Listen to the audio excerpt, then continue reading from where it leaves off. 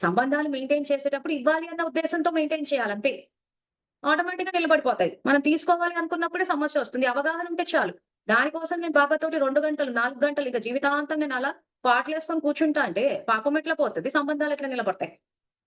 So, ఇప్పుడు ముఖ్యంగా ఈ పాయింట్‌ని ఎవరెవరైతే సెంటర్‌లకు వెళ్లి ఏళ్ల తరబడి మోసపోయిన వాళ్ళు ముఖ్యంగా ఇక్కడే పరిశీలన చేసుకోవాలి.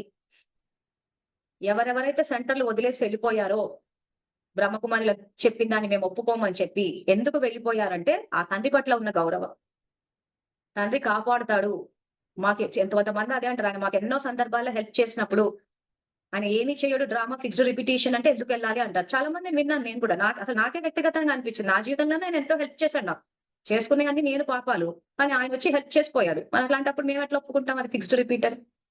సో, ఏది ఫిక్స్డ్ రిపీటు? బాబాకి సంబంధించింది ఫిక్స్డ్ రిపీట్. ఎందుకంటే ఆయనకు మనలాగా ఊరికే మూడ్ ఆఫ్ అయిపోవడము, మూడ్ స్వింగ్స్, మూడ్ ఫ్లక్చుయేషన్స్, నిమిషానికి మాట మార్చేయడము